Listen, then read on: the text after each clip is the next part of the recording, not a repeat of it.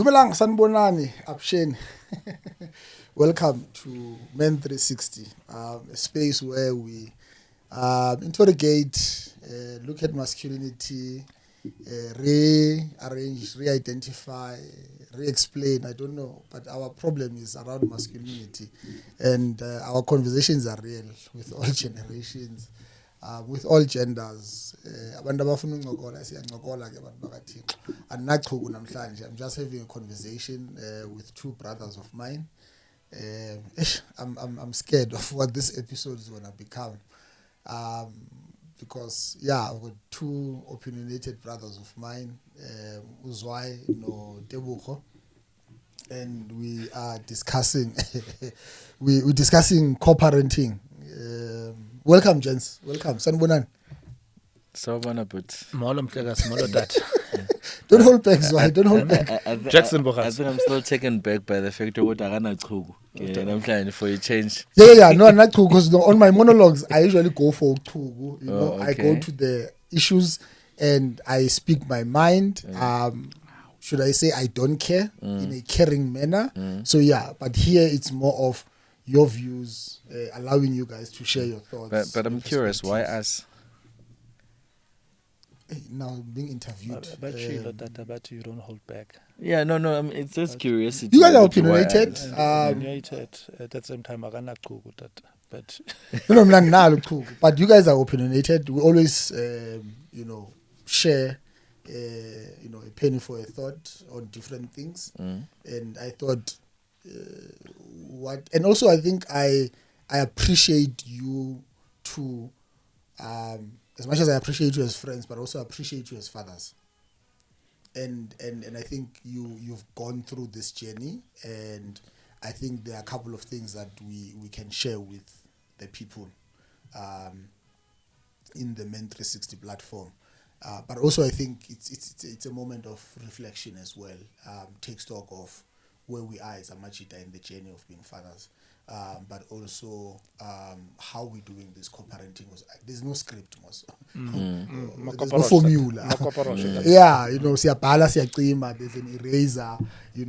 We exchange notes. I come to you, hey, Debs, this is what is happening. I've been asked 1, 2, 3. Is why. I'm thinking of 1, 2, 3. I've been asked this. Now when you pick up the phone, say, hey, Bongs, 1, 2, 3. So I thought. Because these are real conversations with real people. I don't want artificial conversations. We're not trying to impress people, but to say, this is how we're walking the journey.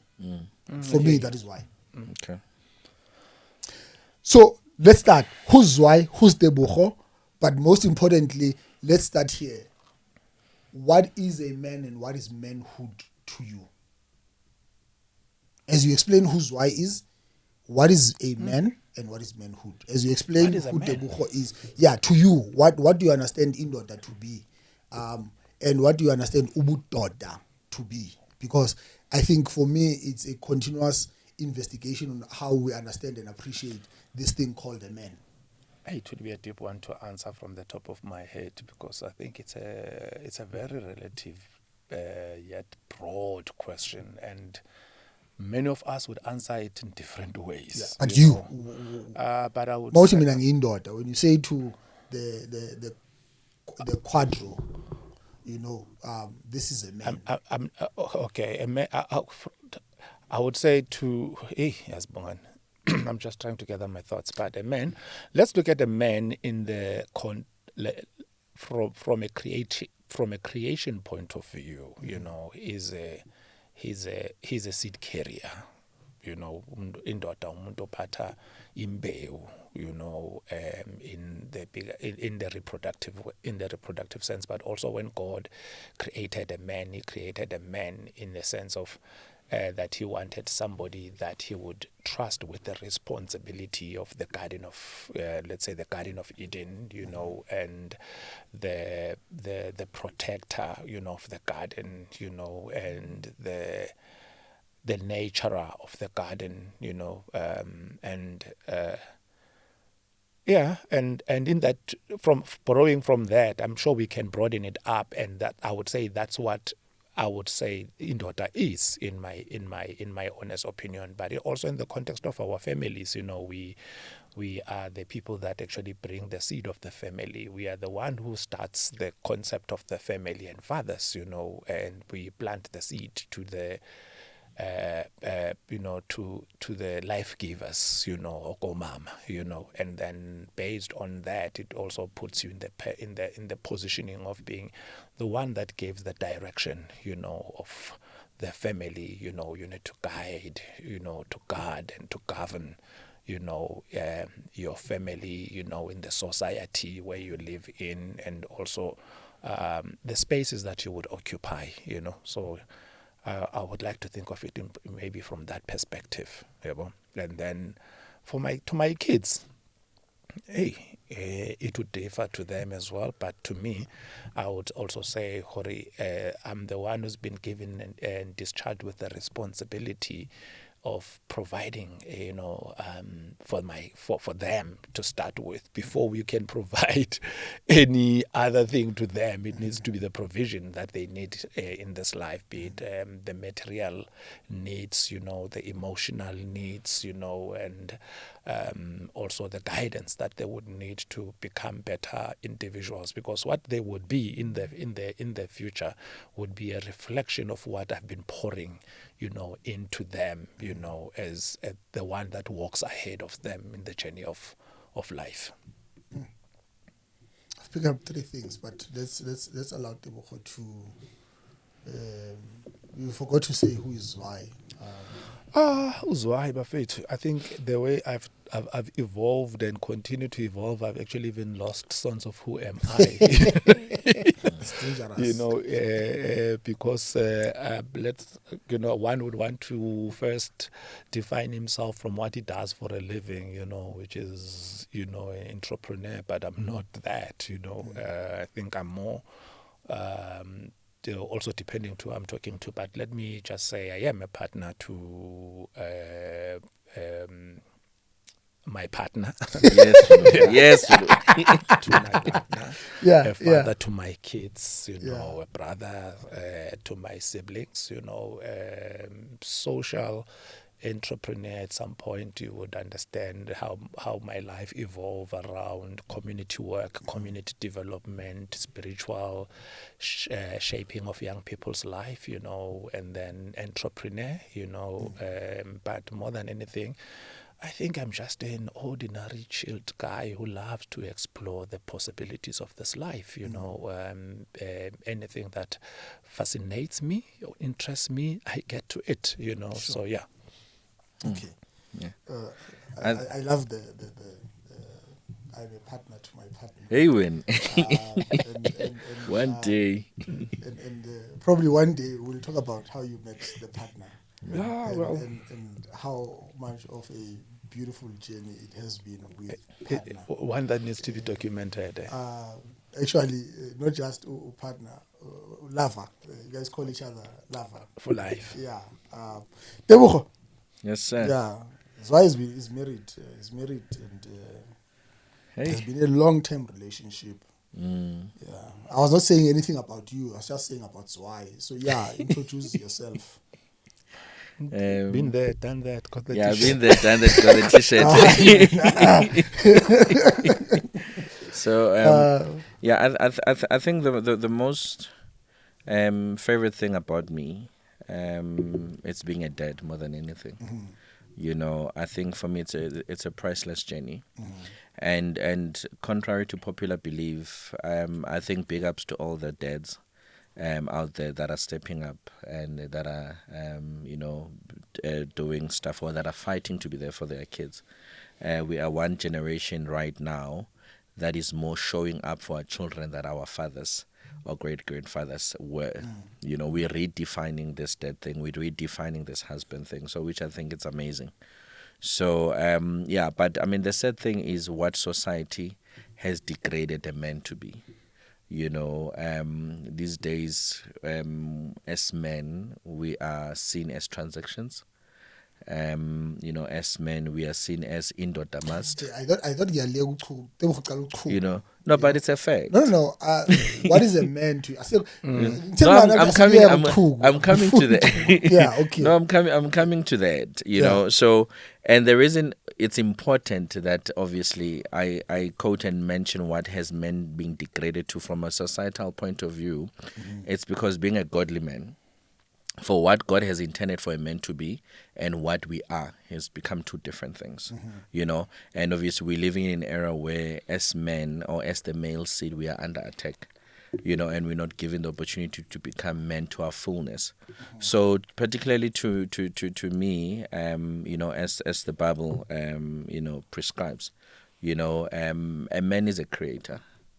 Is someone that I think was why I put it to say, who was put in the garden, and we were entrusted with an opportunity to name things, and they become, we're entrusted with an opportunity to nourish, and we're entrusted with an opportunity to protect and provide.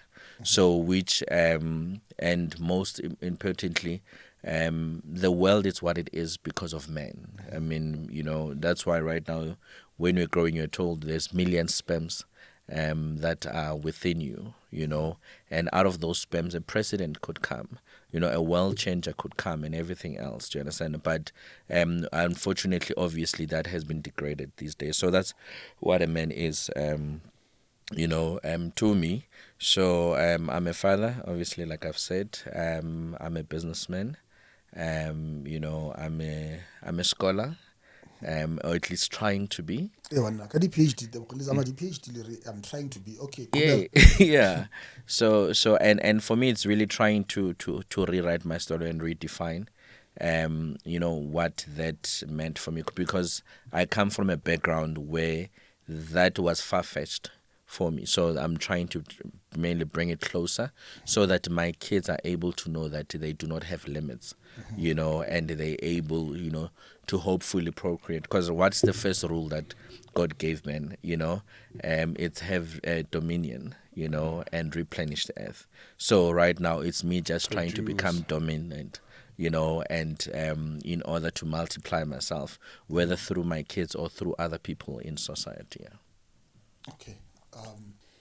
Both of you reference God, so I know you're godly men, and you believe in God. In Teboho, you speak about what we've been intended to be and what we are, and I'm not sure whether you put it generally on the feet of society or the feet of the opposite sex. In fact, before we figure up, I think from what Teboho also said, I think I'm not even sure whether it's going to broaden, because I khona la ngathi ngiyavumelana, but also Pig. Yeah, I might disagree with him. In fact, ukuthi society has degraded or repositioned men, and I think maybe I want to expand on that. Is it the society that has repositioned men, or it's a man that has lost his position in the society? Yeah, I think you're going right. That's why I was asking the question, Guti. Is he putting it squarely on the feet of society, or when we say society, we are then putting both men and women, or are you putting it squarely on the feet of women?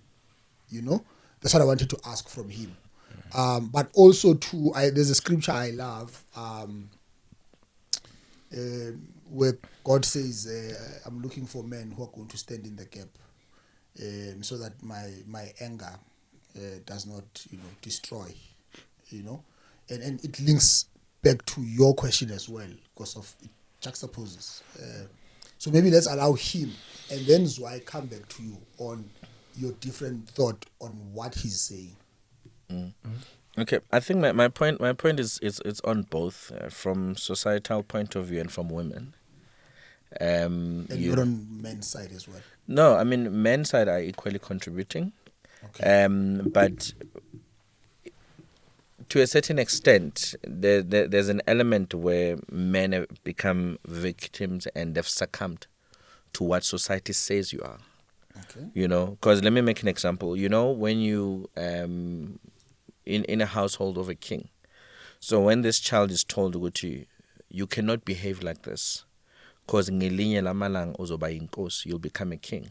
You know, so even if this boy or this child wants to phuma endleleni, it becomes that reminder that ngizoba inkosi ngelinye lamalanga. Do you understand? I'll become a king. So therefore I cannot do this way. Do you understand?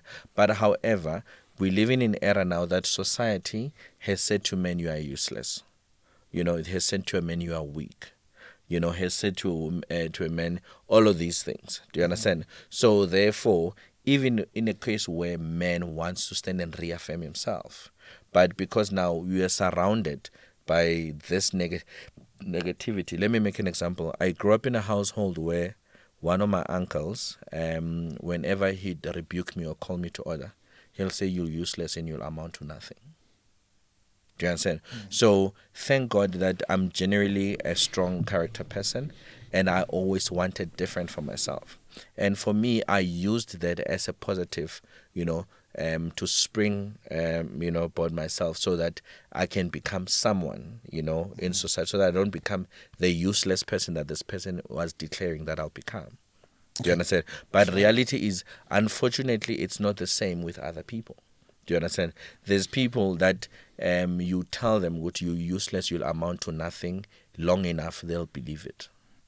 You know, and that's why even same goes to my own kids, whether it's through my helper or whatsoever. You'll never even jokingly speak ill or make an ill joke to my child.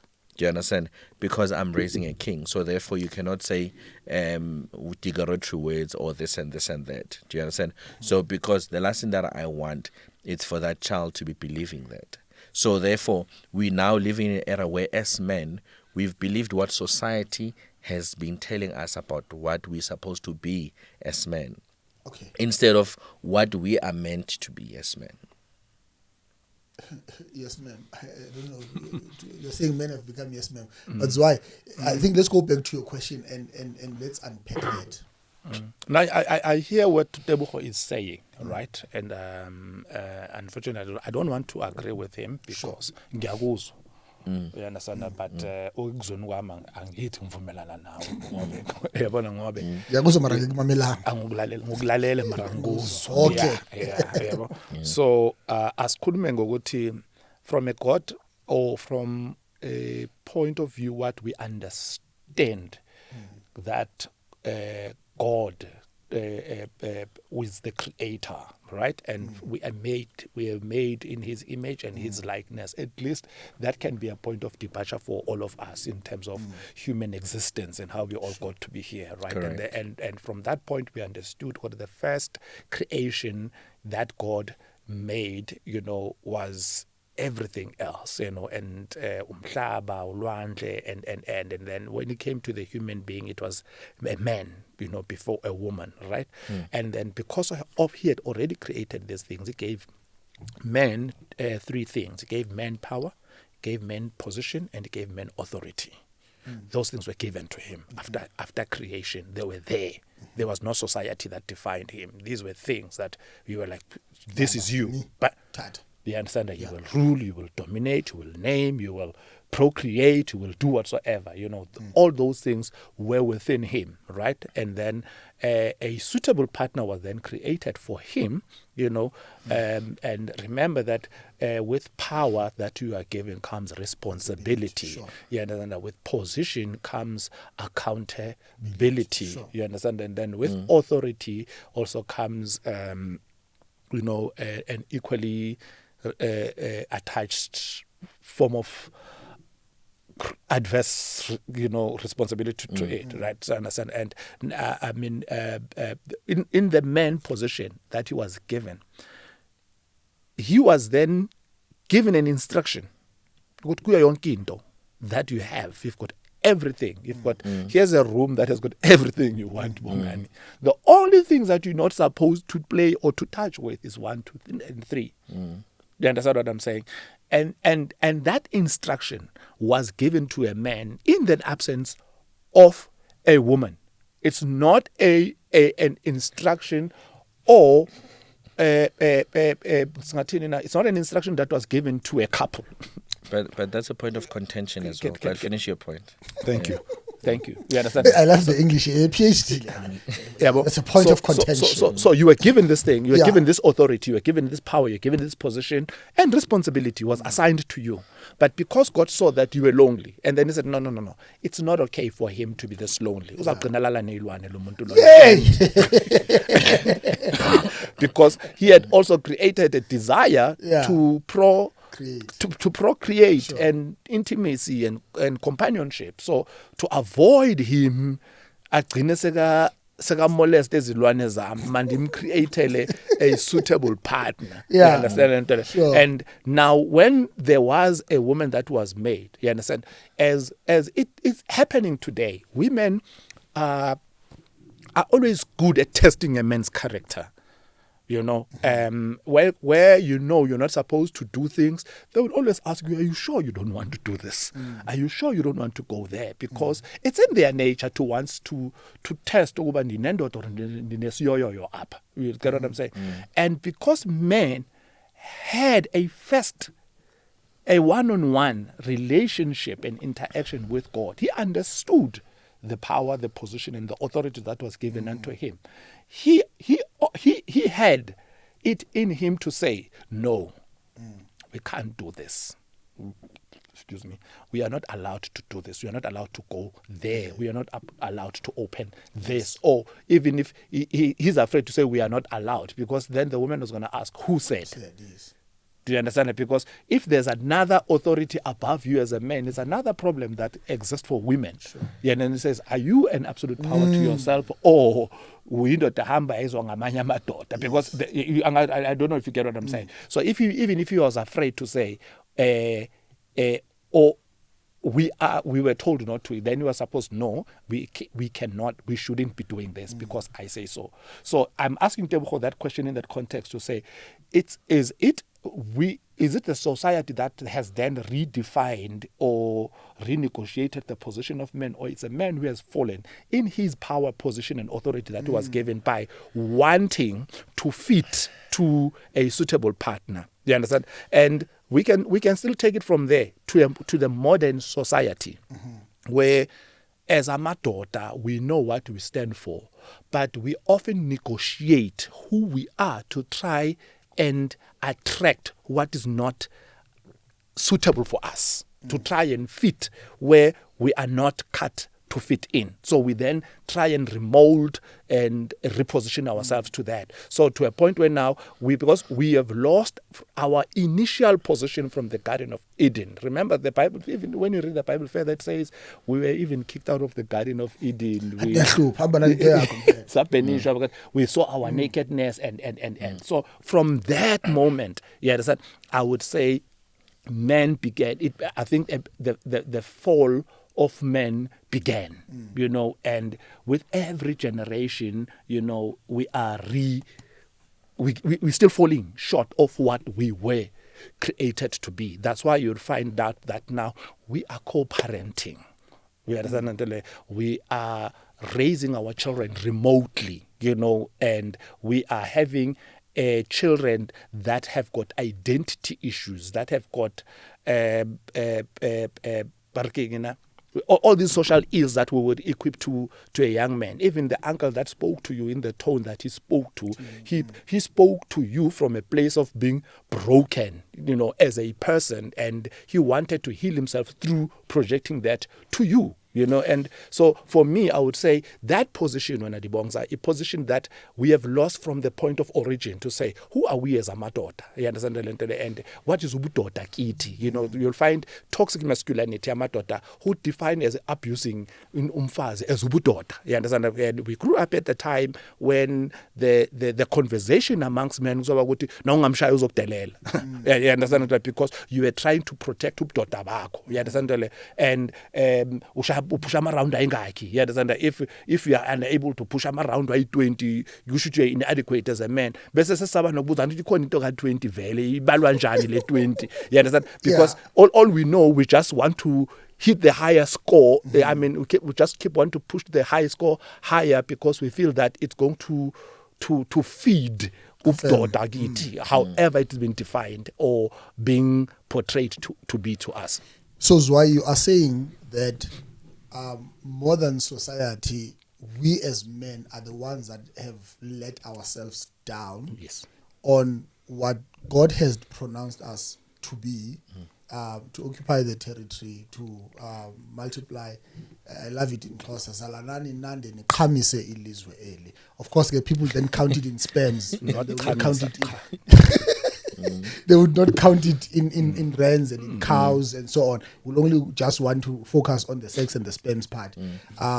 And that's what Zwa in essence is saying. We have lost ourselves from that identity. But the script Zwa has been there. That's why he references the script, because of that's our identity. I also know and draw from that, you know. You spoke about what? The three things. You said it's power, position, and authority. And you said power comes with responsibility, accountability, and then you said the first one is it's power. Power comes with responsibility.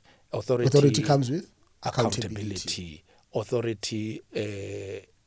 We can fit whatever you want. So you check yes. From what Zwa is saying, and so because I this was just via Dalaros, I didn't want us to stay here, but I think also it will then help us in getting to identify the question of co-parenting. When we're no longer in the same space with the mother of our kids, what character and what shape do we take there? But before we get there, what is it that you do not seem to agree with Zwa from what he has said? A lot of things that he has said, actually, I don't agree with. Let's not juxtapose. There's points of contention. Yeah. Let's not conscientize. Yeah. So you access the PhD. QF level 5. You see the beauty about a platform like this. We're speaking to different people from society. Sure. So therefore, it's important for us to communicate facts, right? Sure. So therefore, I think my humble plea is that maybe let's leave biblical, interning. No, we can't because of biblical scholars. No, and I'll tell you why. Let me make my point. So, for instance, Zwa spoke about the instruction was given to a man and men alone. Then from a woman was created later. Do you understand? So from a biblical scholar point of view, I'm saying that's why I said it's a point of contention, because right now it's what the Bible is being telling us today. Or the first man is Adam, and the first woman is Eve. Do you understand? Which is Adam and Eve. Which, when you look at research, it's not actually true. Do you understand? There was a man and woman who was created from the onset, and which the woman was Lilith. So who was created at the same time as the man was created? Do you understand? And therefore, this man is this woman, Lilith. No, listen. I was listening to you. So Lilith was cast out, of the garden, into the ocean. That's why even now, when you look at West African churches and the likes, they'll speak about the marine spirit or the Lilith spirit, or of the ocean. Do you understand? So it is that, and the reason mainly it was the fact of the fact that she was equally a strong woman and who was refusing to be submissive, for instance. Do you understand? So, and with that,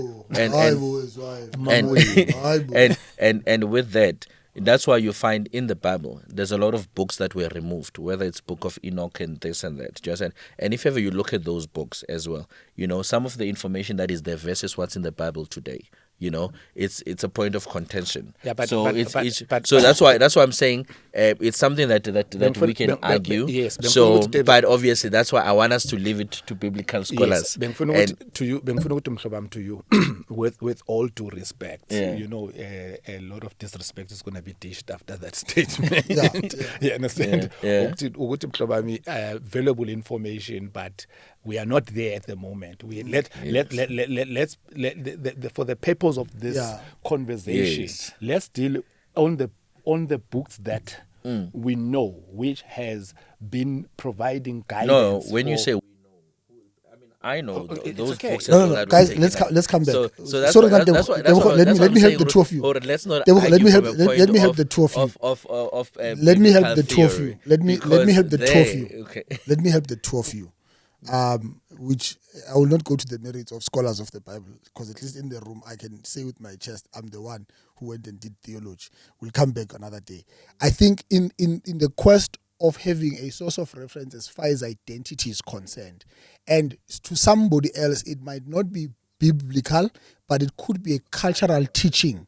Somebody else it could be a Quran, because of there is a location of a man in whatever God we believe in. You know, as I intend for assisting the two of us, the three of us, to go forward, because of he'll want to come in as well. And I was cutting him on the spirit of the water. Yeah. So I'm saying that in quest of having a source of reference as far as identity is concerned, whether you want to go biblical, Quran, African spirituality, and so on, there is an identity and a responsibility that is accorded to a man.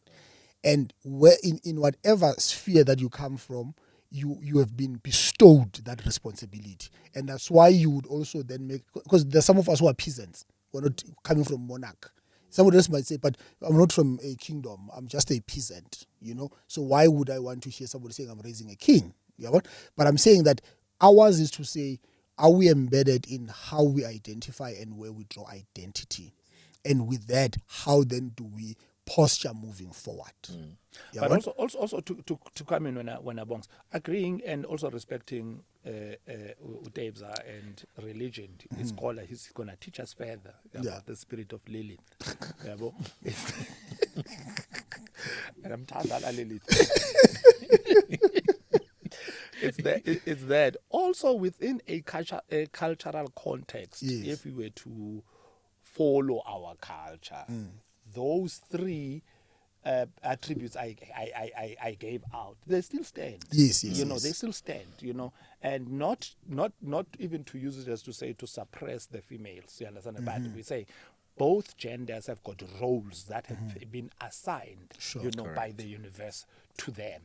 And so maybe so that we also, people that follow this should not say we are only focusing on the biblical point of view, but because we come from a Christian or spiritual background, our first, books that we would read would be the Bible, Sure. and then debate with it. So we can move further now. Because of the time, gents, we're going to be kicked out.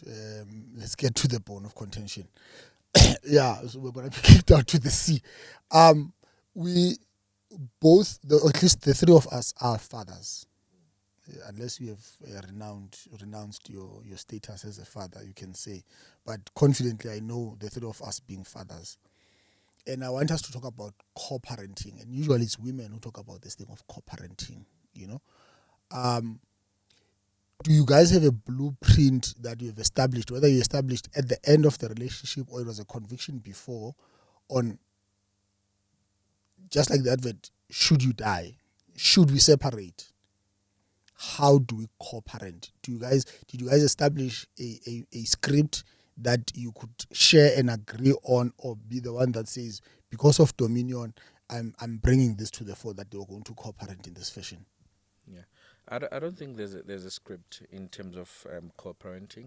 I think it's something that you need to tell yourself, to say you're gonna be intentional about, and it's something that you're gonna do. So and let me make an example. I mean, my ex, is married to someone, and the guy, we've got such a good relationship. I mean, he comes to my house, uvula mafriji, Which guy? Yeah.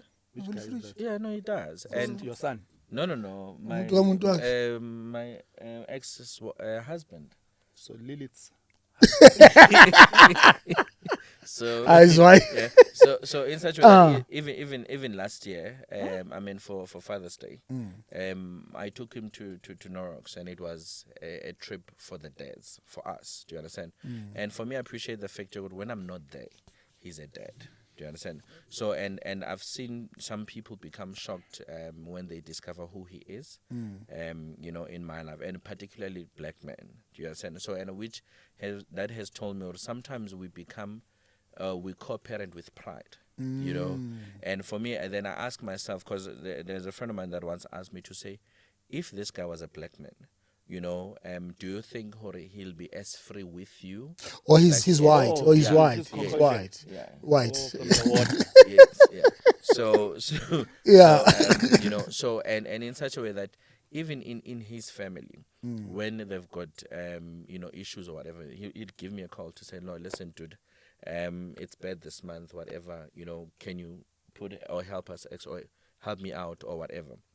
Or even when he's got issues with his partner, you know, with his wife, Your ex. you know, who's my ex, Yes. he would call me to say, hey, And call for this experience. person is doing one, How two, did three, you do four, it? and 5. How did you handle her, or how did you deal with Indoda it? You know? wadlibele And, wayishiya. He's white. He's white. and for that, you know, I respect him, and for me that Sure. made me take this father thing from a different perspective. I respect him to when I'm not there, he's the father that is there. Do you understand? And that's why with me as well, with his kids, you know, when I go there, I take all the kids, you know, because what, those are my son's siblings, you know, I like it or not. Do you understand? Sure. And which for me, that has created a healthy co-parenting situation between the two families. Sure. You know, to say we've got our own relationship outside of my Yes. ex. Do Sure. you understand? Which is the wife. You know, and that is good. And for me, that's the only obviously ex that I've got in that context. Sure. Do you understand? So which I'm hoping, Guti, you know, will become matured about handling this co-parenting thing, especially when the new partner comes into the picture. Because sometimes when the new partner is in the picture, Tina, we tend to become prideful or handle this thing When you with say we, ego. do you mean men or women? Men, Okay. we as men, we have this Not generalized, this but- ego and the likes, you know. Okay. Or sometimes you'll have women giving you an attitude because there's a new partner Okay. in there today, and sometimes even alienate you from having access to your child because now you've moved on, there's this new person in your life. So yeah. Guys, I'm sorry because of we're trying to run with time. I'm gonna ngabe ngathi rude. Let's guys telelele. Yeah, Zwei on your part. No, to be honest and precisely to your question, Bogani, no, there was no plan.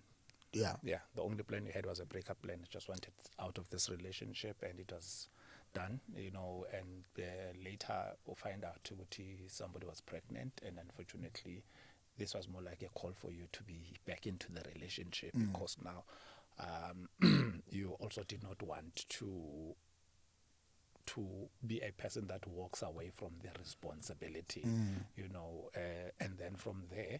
A relationship was still malfunctional, but we were still trying to be together to try and allow a good space for the child to grow in.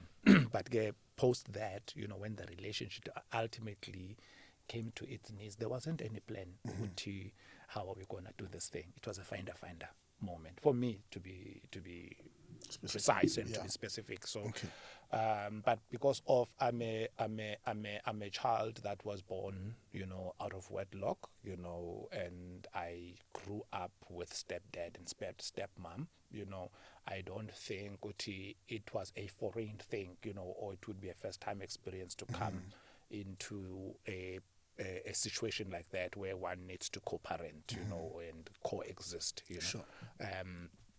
But there wasn't any plan, and then as we grow and we go along the journey, we tried, you know, to come together to do what is best for the child, you know, and obviously each would do to the best of their ability as far as resources are concerned, you know, and it's not an easy thing to come into, especially if it post the relationship and looking at things that transpired during the relationship or how even the relationship ended, you know, it dictates as to how things go. But as times got as times went, things got better, you know, because I suppose sonke beses healile from our wounds and our hurt, and then we're now starting to do things from a logical point of view than from the emotions, you know. So we then we were able to engage on what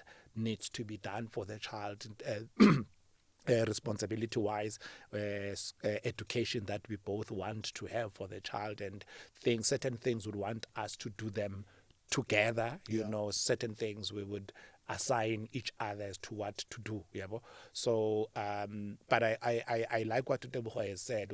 I think in being intentional, it's what drives it. You understand? And if mhlambe we did not have the intentions to want to be present fathers, then I think we would have made this journey of co-parenting even more difficult than what it is. Let me stop there. Yeah.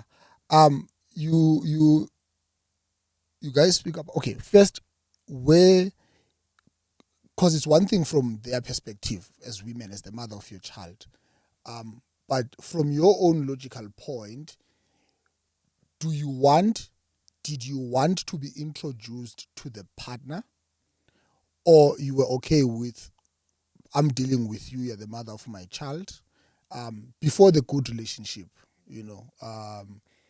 were your aspirations that, okay, now we've separated, in me sitting and imagining this thing, I think umama boy must actually masekajola ang abizosipho sibe. For instance, we had a conversation with Loiso's mom, to say yes, moving forward, and of course after the emotions were done, because the first months, and I think people should allow themselves to grieve their relationships, whether you were done wrong or you did wrong and so on. There will be that moment of resentment, and non-participating. Everyone is just at war, it's like the 30th of June, sorry.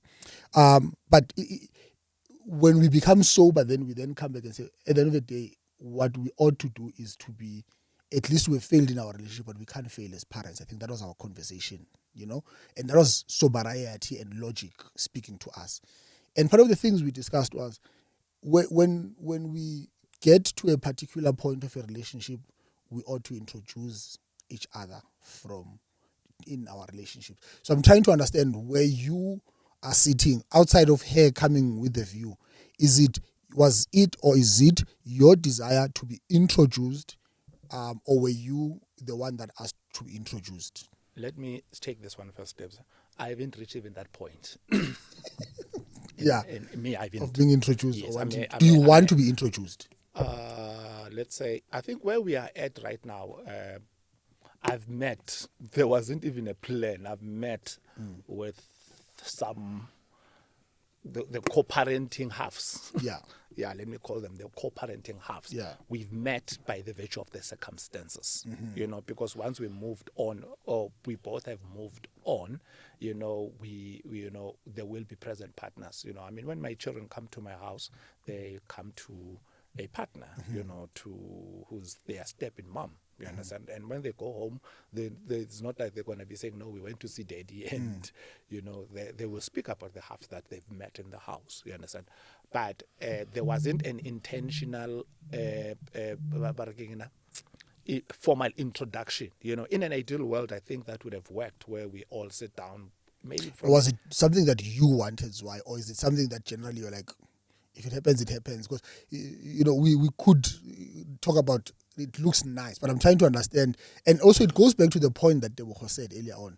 We parent from an ego point, and probably we'll get there. Is it something that I want, or is it something that I'm just naturally like, if it happens, it happens. If it doesn't happen, it doesn't happen? For me, I at a certain point, I wanted it to happen in a formal way. But unfortunately, I couldn't get that in response, because of my involvement in my children's life, and I would know I would know what they have a stepfather. We understand, and I would want to meet the stepfather, in a cordial setup, and for whatever reasons, it couldn't happen as I would have wanted it to happen. Sure. Yes. Okay. Did you want? So for me, it's intentional. I want to know. Who's around my child. I don't have any interest of wanting to know boyfriends. But the minute you starting to commit and now becoming a full-time person in my child's life, I want to know who this person is, because right now, for me, it's important. I'm overprotective with my kids and generally kids. Do you understand? Because this person could be a pedophile or could be whatever. Do you understand?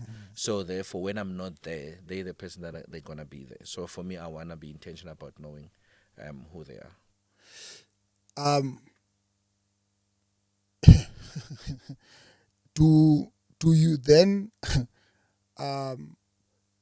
draw the boundary yourself? Do you introduce the boundary yourself as to this is our child, and our child should only be introduced to not boyfriend and girlfriend but mustn't shut, or we go with the Lord's Prayer kind of a situation? Teboho, do you say, did you put the boundary yourself and said, hey, look, but can we not introduce our kids at this particular stage but at that particular stage? And what was the reception of that? Okay, so I think I was fortunate in my case that I didn't need to introduce, the conversation. I think mainly because, like you said, I'm opinionated. So from even when we're dating, they know how I feel about this situation. So therefore, I've been fortunate to have exes that are able to handle that with care. Do you understand? And even maybe do a question of reassurance to say, hey, by the way, you'll be seeing this person around. They've been frequenting, or they the most frequent person, and that's what I've seen eventually to the relationship growing, to actually even the relationship being secured. So I've not been unfortunate to have to communicate that, to say this is what I want or this is what must happen. So it has something that has happened organically. So is it something that is it a boundary you would have loved to introduce, but because of probably where you guys were at that particular time, it would not have been healthy? Or it was a question of it doesn't matter what level of relationship they are at? I think for me, when I would use, to borrow from your word, the Lord's Prayer was how things went for me. Sure. Because I would not want to be in the position to dictate who she dates, and how she dates. So only thing that was more important for me was whoever she's dating, should not have an effect on the life of my child, And as a father who's always been there, I was a very dependable father to my partner. That, and by the way, I'm not talking about one person, so I'm not going to say no. Talk about I think that we must talk about is that I'm co-parenting with 4 different women. Each child has a dedicated mother. Each mother has a mindset of their own and how they want to do things. You get what I'm saying? So I'm not going to be coming in and saying it was a one approach that worked for all of them, because they moved on differently, and our relationship was different, the dynamics of those. So while with one or two, I had an ideal situation that was working in my favor, the other one would be, an astray ship doing their own thing, their own way also, so I was not going to be able to come and say, this is what I want for all of you to do with my children and all of those things, but the least I wanted was I wanted us to be intentional parents to our kids. When it came to the needs of my children, the ones of my children, can I at least be given a front row seat, to say, this is what we need, or this is what we are thinking, what are you thinking about it, and where we agree, I take the lead in terms of making sure that I lead the thing. So again, as you're told what I'm saying, but you would also realize, it's you can't always be the one who lays the rules. The rules are going to come from the other end, because part of co-parenting, we are not only co-parenting with our ex-partners, but we are co-parenting with their families as well, So the children is a broader part of that family. So certain things we may have agreed together as partners, but only to find that the family disagrees, to certain that can things. be dramatic. Eh? Yeah, no. Look, from where I come from, we need another episode one-on-one, and maybe with all 4 of them. So we unpack this thing as well, because I can sit here and paint myself very nicely, and saying this, and the opposite truth could be something else, because if we co-parent, it's also nice, I think, to bring the 2 of us together and say what works here and what doesn't work. Sure. Yeah, doesn't really. So there are those places where only to find which so hlangane nomjida because of senhlanganiswa ubudoda manje obujida yibo benza ukuthi ayi ithi ngibone itime lalencosi because nangithi ngiringa ne-old lady ngathi we can't find each other. That every time when this child comes from his father, there seems to be order, there seems to be discipline, there seems to be this put together for this child. But when I try to enforce these things here in my household, ngiba usathane kwami, you know. So ama situation njengalawo, you then allow them, you know, to bring you in, and we say, okay, how can I help? Because remember, once I mean, at a certain point, I wanted my child or my children rather to stay with me. Yeah, but as I'm saying again, you know, there are families that are involved in behind these mothers that would say no. You can't be allowing umntwana ahlale kubabakhe at still a young age, but it's dependable kuwe and now as a father there's also the voice that says no, awukwazi ukuthathela ubaba umntwana wakhe, you know. And somehow you find yourself in the mix of both your family and your partner's family now in your own noise that you are making. Because when we became fathers, another thing, when we became fathers, we were not intentional. We did not say, hey, I want to be a father. I'm ready now. Let's make a baby, you know what I mean? So we were also Sichayisela endleleni. Sichayisa endleleni tata. Isichayisile lento yobutata. But sure. we rose to the occasion as best as we could. I mean, we just came from a Father's Day where I was reflective. If as I look into the journey of how I've been a father to all my children, you know, it has not been consistent to all of them. I've not been the same father, you know, to all of them the same way. You know, I could have poured more onto this one at a certain point and less on the other, and then later on more on that one and less on that one, you know, than to say I'm pouring 5 millimeter here, 5 millimeter, understand? So because there's no yardstick to this thing. Sure. Since you want to have all your children at in one place, only to find the other mother has planned a vacation, you know, without even telling you. So you would find of all the children, you know, chances are I would have, out of 4, I would either end up with, at best, with 3 of the 4 or 2 of the 4. Sometimes 1 out of the 4. Or 1. Yeah. 1 of the 4. Yeah. And there'll be that sense of guilt from a parent. Which here I am. I'm giving this one this life, you know, and I would have liked, you know, to give all of them the same. But because of these agreements were not in place, you know, we did not sit down and say, guys, ideally, as a father, I think once in a year, please accord me a day, a month, or whatever the day where all my children could be present. Sure. We understand how whatever that must pause and stop, it will pause until it will stop. You understand? Sure. And I think maybe that's where intention comes in. As now I start to see, you know, that need.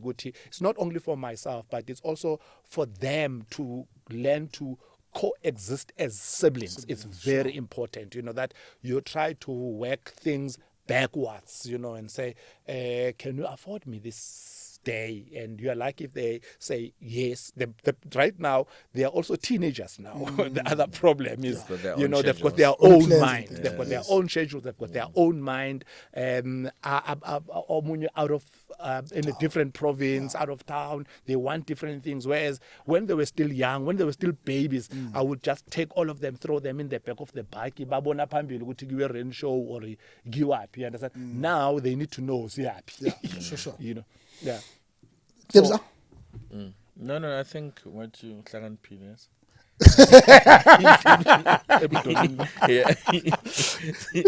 Yeah, no. I think what Zwei said is very profound. Sure. And it's important, you know, to acknowledge, to say, in the midst of us being fathers, it comes with a lot of mistakes and a lot of imperfections. Sure. Do you understand? I think the most important thing, and what I appreciate about our friendship, is the fact that we're able to share these things. You know, I'm able to learn from his mistakes. I'm able to learn from yours. I mean, I've got my own mistakes, you know, as well. So, so for me, that I think is very important. I think the key thing, even with the viewers, it's a question of let's be intentional about being dads. You know, and where we've fallen and made mistakes. Let's acknowledge those mistakes, and most importantly, have frank discussions with our kids. I mean, I have frank discussion with my kids about my weaknesses. And What are your weaknesses? where I need to apologize. I apologize. Yeah. To say I could show up a bit more. I could do this a bit more, or how best can I serve you as a dad? Do you understand? Understanding that you're not my friend, you're my son. So therefore there's things that are not gonna fly. So for me, that I think it's important, and that point of as well allowing yourself to be vulnerable. Sure. With your kids, I think it's something that is important. For us to close, guys, I think I want us to go back to the point. You said we parent with ego, and it's why you speak about and you emphasize that it's not just a parenting relationship between you and the mother of your child, but there are two other people, your partner this side, their partner that side. In us, at least from the couple of years of being a father and also co-parenting, in the years of being a father and co-parenting, but also just the view of society. And I'll leave the fathering conversation for another day, and I take good stock on the reflection that you said and did on Father's Day to say, actually, in the years I've been, a dad to the Quadra, I call him the Tata with Quadro A, because all of his kids are A. It's good. A sensible man sits and says, actually, in the journey of life, I've evolved and I've arrived at this point. Let me look back. Let me trace my steps. And in particular, when you're sitting on Father's Day and be like, in the journey of fathering these kids, how have I walked this journey? And of course, taking stock of the mothers, the kids themselves, the finances, the current relationship, and just society, how it just, evolves, and say, what could I have done better? And what is it I can still carry from here moving forward? And be able to say, actually, I could have skipped this one and actually paid more attention to this one around June, because winking around June, probably because of his scholar or. But what would be the advice to, especially Tina Majita, in trying to make this thing? I know there's no formula and a script on being co-parenting. I'll give you an example. I don't know if I shared with you. I was saying that, no, I think I was telling Ndosh, I was saying, I've watched how the co-parenting relationship, because now it's adding another individual, Loiso's mom's partner, and actually it was going back to that thing with, probably I'm sitting there with my own ego, and probably he's sitting there with his own ego. But over time, I think we then realize, good, actually we're not coming from an attacking point, and I can see the greetings now are quite different from then, the engagements and so on, and I'm like, so it hits me with many of us, we might not be cognizant that actually we are coming with ego and pride. But what are the dangers of that, and how will that stifle this co-parenting? Look, for many of us, this is what has frustrated this thing, your co-parenting. That fact that number one, Yeah. that's the first. Yeah. Anybody that dates your partner after you, yes. he understand the only person who has It was to why parishiwe. Yeah, why le pari? Understand? And full paring trailer. No, I was busy pari when I no, when I was yes. Sorry, yeah. So that's the first mentality amajita that becomes a stifling block. We understand the pari mentality and full joy le pari le yang phone ingosi yami ingitshele ngale pari, and yet le pari present a life in ingosi yakho. In fact, before life in ingosi yakho, it present a life in ye media or ex media, because that's where the battle is won, my friend. It doesn't matter where you come from. Abantwana, they'll always be more closer and more attached to their mothers. By the virtue of being the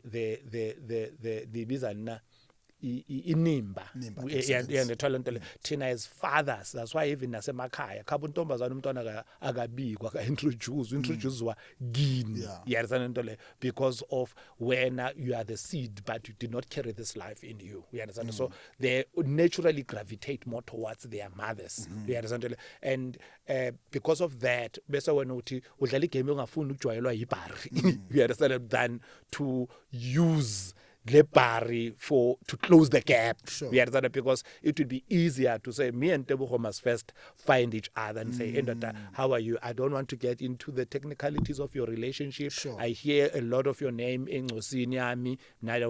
So I thought, let me introduce myself so we know each other. So should you have any other issues that you might experience in my absence, please feel free to reach out to me. That would cut out a whole lot of slack, that we experience in terms of abantwana bethu bakhule abanye singababoni for 3 or 4 months. Even the guilt that is in our kids as well when they want to talk to you as their father in another man's house.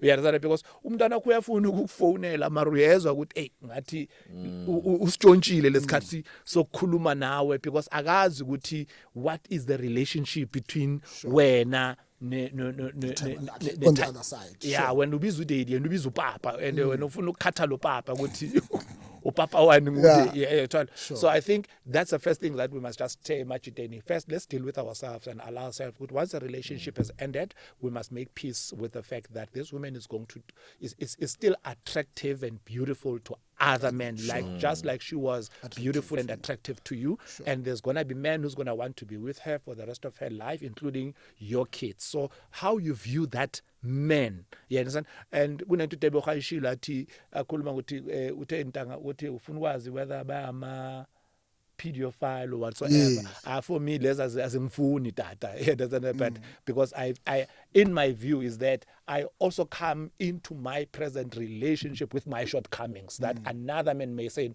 no, I don't want a man like Uzwai near my child because of they can look into my history. But obviously, once my child starts to bring points that might be concerning around this guy or from we understand that through their interaction with that guy, then that's when I will be concerned to say, hey, angazuthi this man is becoming a problem to my child and I need to step in to protect my child. Do you understand? And because okunye, I would say the mother should have done their due diligence before they bring. Which trusting that she did. Yeah. So yeah, I think for me it's I mean what Zoe said is profound. So Uguti, this person is my child's life. I think for me the key thing is the fear. Yoguti, the values and principles that I'm trying to instill in my child is the person doing the same. Do you understand? Or because I could be trying to instill values and principles and she's doing the opposite, to my child. So therefore, which that might destabilize the child or confuse the child. Or my dad says this one says this. Do you understand? So for me, it's really from that alignment. I think that is important to say. It's true to align, Uguti. How do you want, to raise your child, or how this is how I've been raising my child, whether perfect or imperfect. Do you understand? So therefore, I would like to hear your perspective on 1, 2, 3, 4, 5. Or they would say as well, hoping, or they would say you're raising your child like this 1, 2, 3, but 4 is not gonna work. Especially in my house. So therefore, now a child in my house cannot speak back. When on the other hand, I'm encouraging my child to speak. Do you understand? So you see, obviously, that is something that obviously that is contradictory. I think for me that usually is my biggest fear. And obviously the purified one, it was just an example. But for me, it's one of those things to say this person could be an asset, or a harm my child. Do you understand? Because that's a person that is there most of the time because they're there with the mother. So is it a person that can stomach, even if let's say they would not, it's not like I'll say yes when in, but obviously I'll have to speak to the partner to say, my concern about your partner is 1, 2, 3, 4, and 5 around my child. Sure. I don't have a problem with him doing this, but can he respect the fact that this is what I'm trying to instill?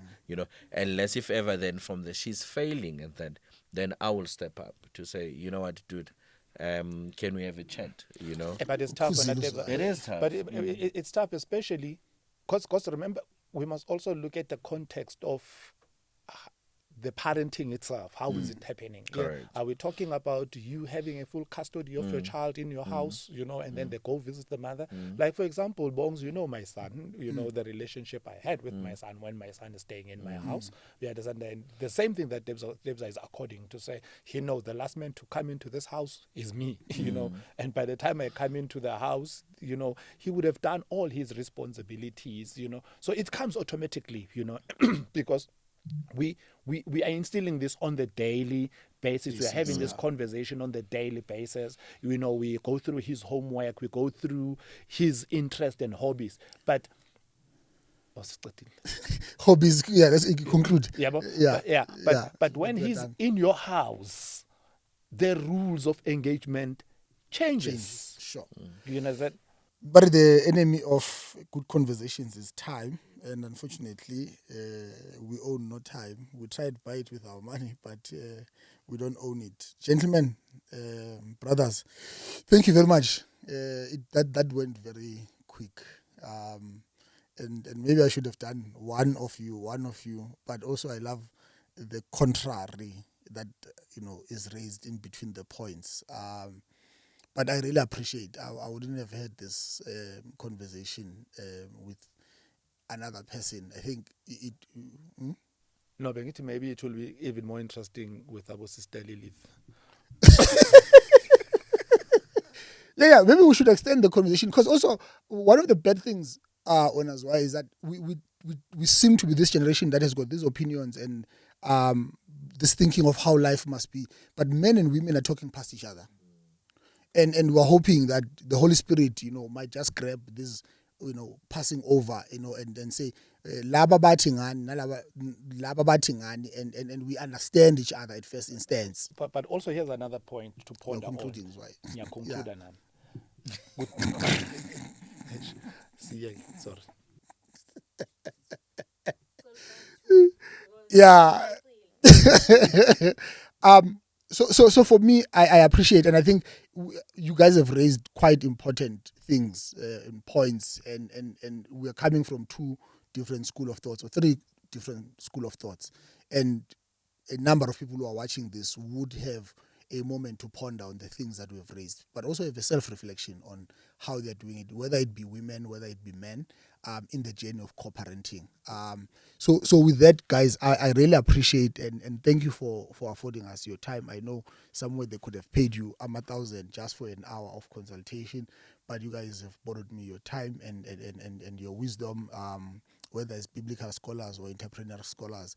I appreciate the time that you have given me. I do pray that God at least, pours into your cups, not just financially. I know we're always in the drag of, talking about money and wanting to make more money, but to pour in your cup as far as your mental health is concerned, as far as your thoughts, as far as the things that make you not to sleep at night, whether it be worrying about your partners, worrying about your kids, worrying about being a good father, a good man, a good brother, may he give you peace that surpasses all understanding. May we continue to be the irons that sharpen each other. I might shout at you, you might not like me when I shout. Guys have come to understand me. I'm just this nonsensical person. And I've come to understand you as, the people that you are. And I appreciate that you guys see me and understand me for who I am. And may we also continue to know and recognize each other without having to change who we are. Of course, unless we are harming the friendship. But I really appreciate you guys. And I really do. You are the people I reference when I speak with pride about the brothers that I keep in my space. You're not perfect human beings. You've got your own mistakes. But one thing I love and appreciate is the good intention that you have in doing the things that you want to do. In conclusion, I do wish you enough, and may God's grace walk with you. To you guys at home, this would not have been a Men 360 conversation without us having to reflect on men, women, and our involvement as men. The conversation around men and manhood will always and will not be full if we do not reflect and include and involve men and women in deliberating on these issues. So I hope you guys would enjoy this conversation, and we'll see you in the next episode. I really do wish you enough.